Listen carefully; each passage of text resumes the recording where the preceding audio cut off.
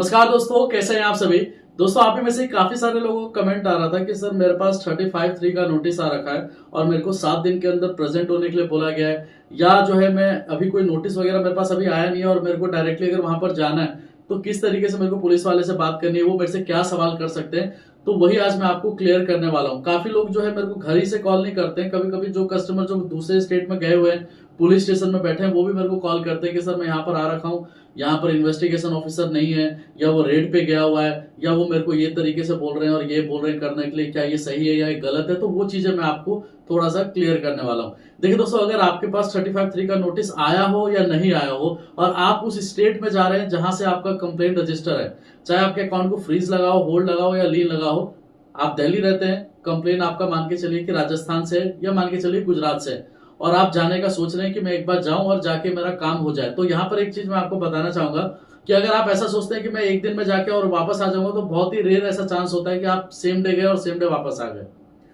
अगर आप जा रहे हैं वो स्टेट में, तो एटलीस्ट 2 से 3 दिन का टाइम निकाल के जाइए, क्योंकि ऐसा भी हो सकता है कि आपका इन्वेस्टिगेशन ऑफिसर कहीं रेड पे गया हो, वो अवेलेबल ना हो। दूसरा ये भी हो सकता है कि जो कंप्लेनर हो, जिसके साथ वहां पर फ्रॉड हुआ है, काफी बार उसको भी पुलिस स्टेशन में बुलाया जाता है। अगर वो कहता है कि मैं 2 दिन के बाद आ पाऊंगा या 1 दिन के बाद आ पाऊंगा, तो हो सकता है कि पुलिस वाला आपको ये बोले कि कंप्लेनर को आने दो, फिर ये हम काम करेंगे। तो उसके लिए भी आपको 1 से 2 दिन वहां पर वेट करना पड़ सकता है। तो इसलिए अगर आप वहां पर जा रहे हैं तो कोशिश कीजिए कि 1 से 2 दिन का बस एटलीस्ट टाइम एक्स्ट्रा लेके चलिए, क्योंकि काफी बार ऐसे भी कस्टमर जो है मेरे को कॉल करते हैं कि सर मैं तो थाने में बैठा हुआ हूँ, लेकिन मेरा आज शाम की टिकट है, मेरा काम तो नहीं हो पा रहा है सर, पुलिस वाला कह रहा है कि आप 3 दिन के बाद आना, तो मेरे लिए तो पॉसिबल नहीं है, मैं जॉब छोड़ के आ रखा हूँ, या बहुत सारी चीजें। तो इसलिए जो है एक्स्ट्रा आप 2-3 दिन का टाइम आप लेके जाइए।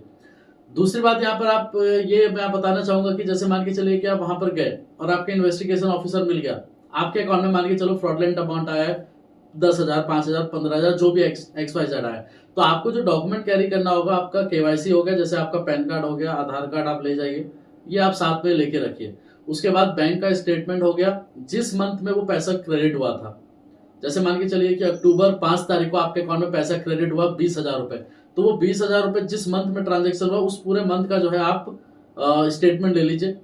एक जो है कोई भी प्रूफ, मतलब कि या तो अगर आपने कोई इन्वेस्ट किया हो, उस ऐप का नाम क्या था, या कुछ भी जो XYZ आपके पास जो भी डिटेल है, वो आप लेके रख लीजिए, ताकि आप वहां पर दिखा सके कि कैसे जो है वो पैसा आपके पास आया है। अब गेमिंग ऐप से आया है तो गेमिंग ऐप का नाम या गेमिंग ऐप का कोई स्क्रीनशॉट रखा हो, या उसका विड्रॉल का कोई स्क्रीनशॉट रखा हो, तो आप वो रख लीजिए अपने पास, ताकि वहां पर आप दिखा सके।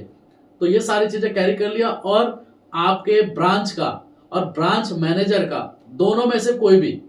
एक मेल आईडी जरूर रख लीजिएगा, क्योंकि जब पुलिस मेल करती है, NOC जब मेल करती है, तो वो नोडल ऑफिसर को रखती है उस पर। तो नोडल ऑफिसर के साथ साथ अगर आप अपने बैंक के मैनेजर का या बैंक का भी मेल आईडी अगर वहां पर ऐड कर देंगे, अगर उस पर भी मेल कर देंगे, तो इससे आपको ये बेनिफिट होगा कि आप एक बार बैंक में जाके पूछ सकते हैं, और बैंक वाला अपने नोडल से कम्युनिकेट कर देगा कि ये मेल आया था फलाना, आप क्या करना है, तो वो काम जो है थोड़ा आपका इजिली हो जाएगा। तो इसलिए जो है ये सारी चीजें आप लेके जाइएगा। काफी लोग कहते हैं कि सर क्या पर्सनल मेल आईडी पे मेल नहीं कर सकते, तो काफी बार पुलिस जो है ना मना कर देती है कि हम पर्सनल पे नहीं दे सकते, ऑफिशियल मेल आईडी पे और बैंक को ही देंगे। तो मान के चलिए ये सारी चीजें आप लेके चले गए, KYC ले लिया, स्टेटमेंट ले लिया, और वो प्रूफ जहां से पैसा आपके पास आया, अगर नहीं भी है वो प्रूफ तो भी कोई इशू नहीं है, आप वर्बल भी जो है बता सकते हैं। और बैंक का स्टेटमेंट तो लेके जरूर जाइएगा, क्योंकि काफी बार जो है वो मांग लेते हैं बैंक का स्टेटमेंट, 99% में तो मांगते हैं, तो इसे लेके ही जाइएगा। अब यहाँ पर वहां पर जाने के बाद क्या होता है कि जो आपका इन्वेस्टिगेशन ऑफिसर होगा, पहले तो वो सारी बातें आपसे करेगा कि आप क्या करते हैं, पैसा कहां से आया था,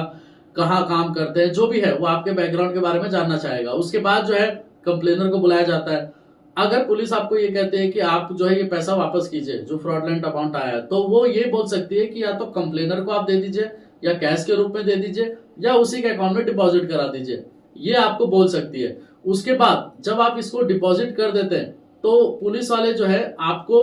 NOC देते हैं, और वो इंस्टेंटली, बहुत ही रेयर चांस है कि आपको देंगे, वो आपको ये बोल के भेज देंगे कि मैं NOC दे दूंगा, आप चले जाइए, या 2 दिन के बाद जो है आपके पास पहुंच जाएगा, या 3 दिन के पास आप पहुंच जाएगा। लेकिन आपको मैं पर्सनली बोलूं तो उनको रिक्वेस्ट करके, या भले 1 दिन आपको रुकना ही पड़े,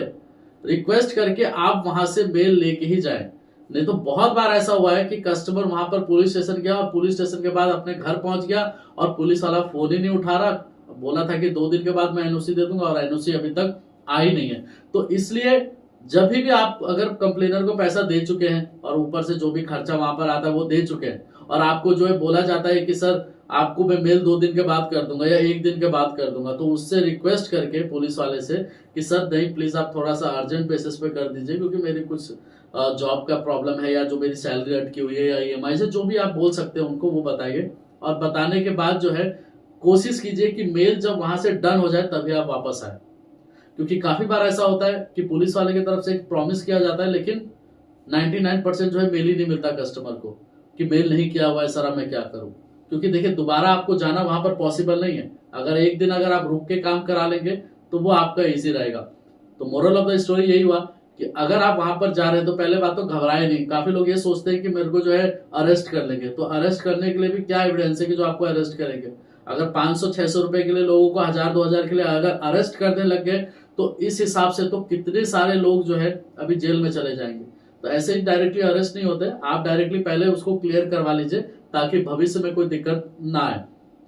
तो जो आपको मैंने बताया ये सारे केवाईसीज, बैंक स्टेटमेंट, प्रूफ जहां से पेमेंट आया था और उसके बाद जब वहां पर जाके आप उस चीज को सॉर्ट आउट करवा सकते हैं। लेकिन आप जो टाइम लेके जाएंगे वो 2 से 3 दिन एक्स्ट्रा ही लेके जाना, क्योंकि काफी बार ऐसा होता है कि इन्वेस्टिगेशन ऑफिसर जो है आपको टाइम लेगा। आप सोचेंगे कि 1 दिन में हो जाएगा, तो ऐसा नहीं है। इसके अलावा अगर आपको कोई भी डाउट होता है तो दिए गए नंबर पे कांटेक्ट कर सकते हैं। और साथ ही साथ मैं आपको बताना चाहूंगा कि स्टूडेंट्स को